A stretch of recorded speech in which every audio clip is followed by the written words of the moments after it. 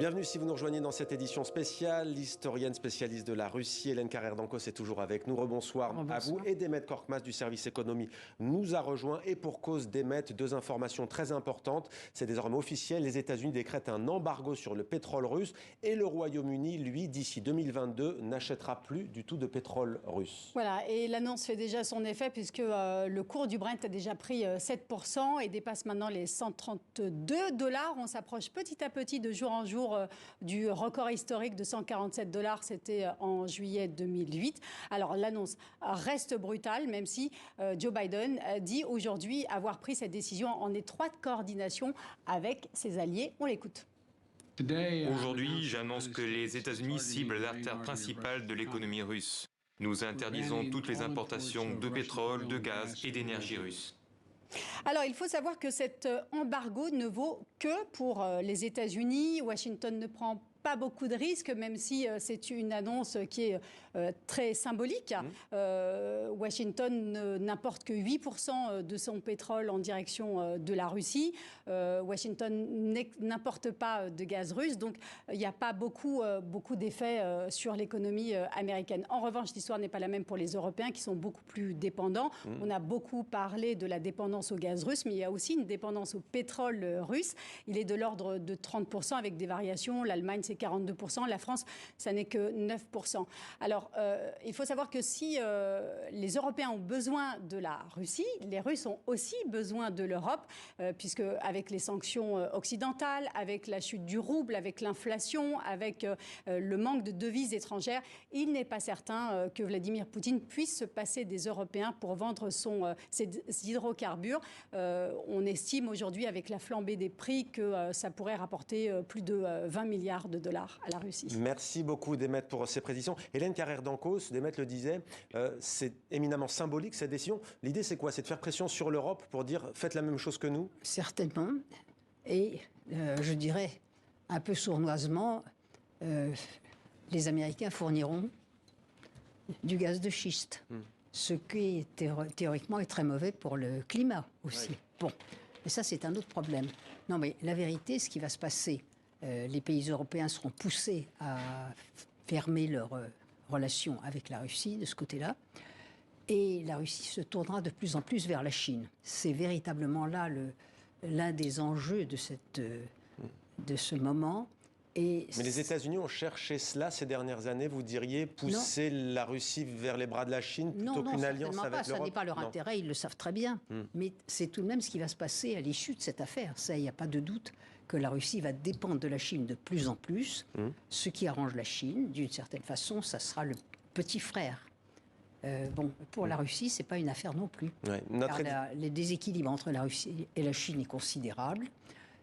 Une relation sur un pied d'égalité, ça va, mais la relation sera sur un pied d'inégalité, de dépendance. À la fin, en faveur de la Chine, évidemment, absolument. On vous a compris. Notre éditorialiste Slimane Zeghidour nous a rejoint. Bonsoir Slimane. Bonsoir. Démographique, vous disiez avant que je vous présente Slimane.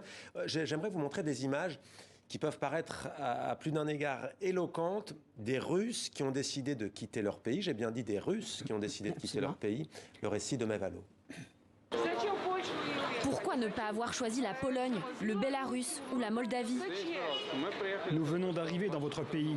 Nous ne vous avons rien fait de mal. Mais la Russie, si. Ce n'est peut-être pas votre faute, mais vous auriez dû rester là-bas. Vous avez toujours raison. Vous avez toujours des arguments. Mais vous êtes des étrangers ici. L'accueil n'est pas franchement chaleureux pour ce couple de moscovites, tout juste arrivé à la gare de Tbilissi. C'est la panique en Russie. De nombreux pays ont fermé leurs frontières aériennes aux Russes. Des hommes ont peur du recrutement de l'armée russe. Personne ne veut tuer des gens si proches de nous. Depuis le début de l'offensive du Kremlin contre les forces de Kiev, par train ou par avion, les ressortissants russes sont de plus en plus nombreux à trouver refuge en Géorgie, ancienne république soviétique, qui a elle-même subi une intervention militaire russe en 2008. Cette femme, dont l'avion vient d'atterrir, ne préfère pas dire pourquoi elle est là. Je ne peux rien dire. Je serai envoyée en prison. J'ai très peur. Je me suis enfuie. Je suis désolée.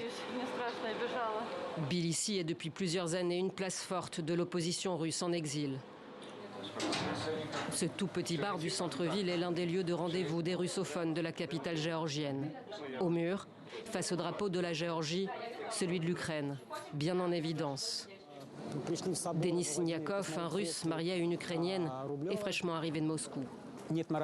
Je n'avais aucun droit moral de rester en Russie, car je ne veux pas que ma femme et mon enfant vivent dans l'hypocrisie et le mensonge. La Géorgie est l'un des rares pays où les Russes peuvent rester 1 an sans visa, mais cela pourrait bientôt changer. Des Russes qui partent en Géorgie, ça peut paraître minoritaire. Votre réaction, Hélène Carrère-Dancos? Ils partent en Géorgie, ils partiront où ils peuvent. Et il y a un désespoir des Russes devant ce qui se passe. C'était prévisible. Ça faisait partie des raisons pour lesquelles, évidemment, Poutine n'avait aucun intérêt à mener cette opération, qui est un désastre depuis le début. Et il est clair que les Russes ne supportent pas l'idée d'abord que leur pays se referme sur lui-même, qu'il redevient un pays agressif. C'est intolérable pour eux. Et par conséquent, qu'il y ait un mouvement d'exil, je le sais. Je le sais parce que par tous les contacts que j'ai quotidiennement, les gens veulent partir. Ouais. Pour autant, on a le sentiment tout de même qu'une grande majorité des Russes continuent de soutenir Vladimir Poutine, voire cette invasion. Certainement pas. Non, je ne crois pas qu'on puisse dire ça. Ils ne peuvent pas exprimer ça. Parce qu'ils risquent d'aller en prison. Oui. C'est tout de même extrêmement difficile. Et ça ne vient pas d'un coup. Non, mais il faut être patient. Cette histoire n'est que 12 jours. Ça va monter. Mais il y a à l'intérieur de la Russie à la fois une angoisse, un mécontentement profond. Et je voudrais dire très clairement que les Russes savent qu'ils vont souffrir matériellement des sanctions, mais ce n'est pas là le problème. Le problème, c'est moral.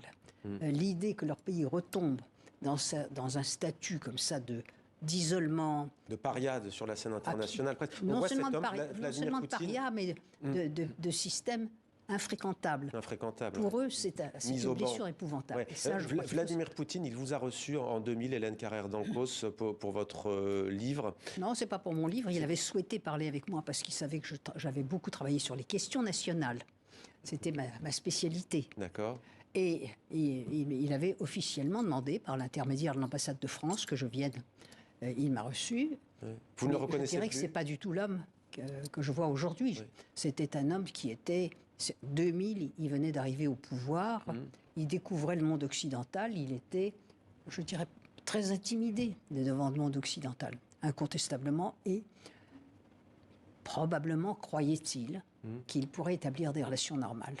Mais qu'est-ce qui fait qu'il voit désormais l'Occident comme une menace existentielle pour la Russie? Parce qu'on peut être pour ou contre cet homme, être d'accord ou pas avec lui, il a l'air persuadé que l'existence même de la Russie est menacée. Bon, il a, une fois encore, je crois qu'il faut revenir sur quelque chose de réel. La fin du communisme, la fin de la guerre froide, qui tout de même, il faut le rappeler, n'est pas un miracle tombé du ciel, c'est pas non plus une victoire des Occidentaux. Ce sont les Soviétiques eux-mêmes qui ont liquidé leur système, il ne faut pas l'oublier. Et ils ont le sentiment qu'on a une dette à leur égard, à cet égard. Enfin, ce qu'a fait Gorbatchev, ce qu'a fait Boris Eltsine. N'oubliez pas que si ces pays sont indépendants, y compris l'Ukraine, c'est parce qu'on leur a dit, le maître de l'ensemble leur a dit, prenez autant d'indépendance que vous pouvez ou que vous voulez. Bon. Oui. Ils ont cru à ce moment-là qu'ils rentraient en Europe. Pour eux, c'était l'accueil du monde occidental, et principalement le monde occidental, c'était d'abord l'Europe. Ça ne s'est pas passé exactement comme ça, ça a été très compliqué. Et une fois encore, Poutine a évidemment, je dirais, fait une fixation sur l'affaire de l'OTAN, en effet, parce qu'il ne faut pas oublier que lorsque Gorbatchev a accepté le principe de la réunification allemande, il a demandé aux Américains et aux Allemands un engagement que l'OTAN n'avancerait pas vers les frontières de la Russie. Et depuis, il y a eu effectivement cette... la promesse lui avait été faite. Voilà, Slimane, on va juste avancer. La question peut surprendre, puisque les Ukrainiens, pour ceux qui sont pratiquants, sont chrétiens orthodoxes, les Russes, pareil. Y a-t-il une dimension religieuse dans ce conflit ? Ah oui, parce que d'abord, Dostoïevski disait que être russe, c'est être orthodoxe. Et le patriarcat de Moscou se désigne comme patriarcat de Moscou et de toutes les Russies. C'est-à-dire la Grande Russie, la Russie blanche, la Biélorussie, et la Petite Russie, c'est le nom impérial de l'Ukraine. Ce qui se passe, c'est que l'Église orthodoxe ukrainienne faisait partie depuis 332 ans du même ordre ecclésial que l'Église russe. Donc, elle était rattachée sous l'ascendant du patriarcat de Moscou.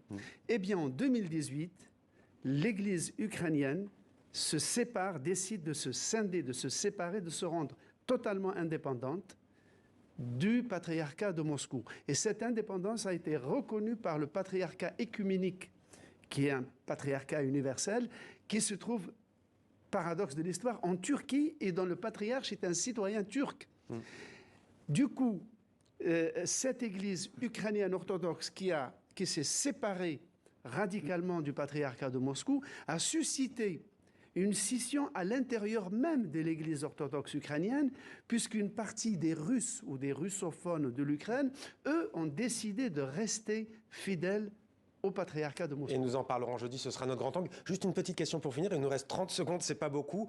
Vladimir Poutine est-il pieux? Il se dit qu'il a une chapelle constamment à proximité. Est-ce qu'il est pieux? Il affirme qu'il est pieux. Moi, je ne peux pas scruter son âme, oui. Mais incontestablement, il est très attaché à son confesseur. Il va faire des retraites dans un couvent près de Moscou. Tout ça est très, très public. Merci. Merci beaucoup Hélène Carrère d'Encausse. Donc jeudi, nous y reviendrons. Merci Slimane pour cet éclairage.